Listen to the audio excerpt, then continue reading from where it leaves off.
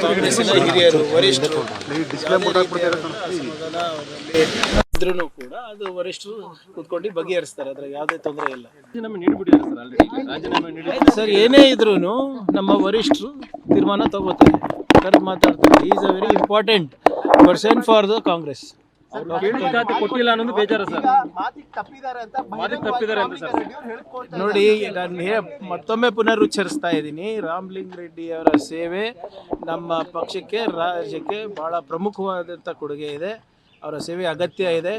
ಏನೇ ಇದ್ರೂ ಕೂಡ ನಮ್ಮ ಪಕ್ಷದ ವರಿಷ್ಠರು ಅದನ್ನ ಬಗೆಹರಿಸ್ತಾರೆ.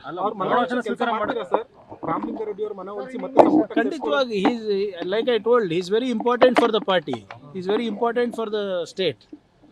9 ಸಾರಿ ಗೆದ್ದವರು, ಅವರ ಅನುಭವ ನಮ್ಗೆ ಬೇಕೇ ಅಲ್ವಾ?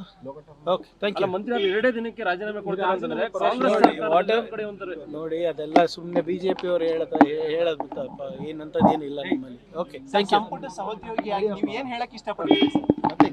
ಹೇಳಿದ್ದೀನಲ್ಲ. ನ್ಯೂಸ್ ಫಸ್ಟ್ ನಿರ್ಭೀತಿಯಿಂದ ನಿಮ್ಮ ಪರವಾಗಿ.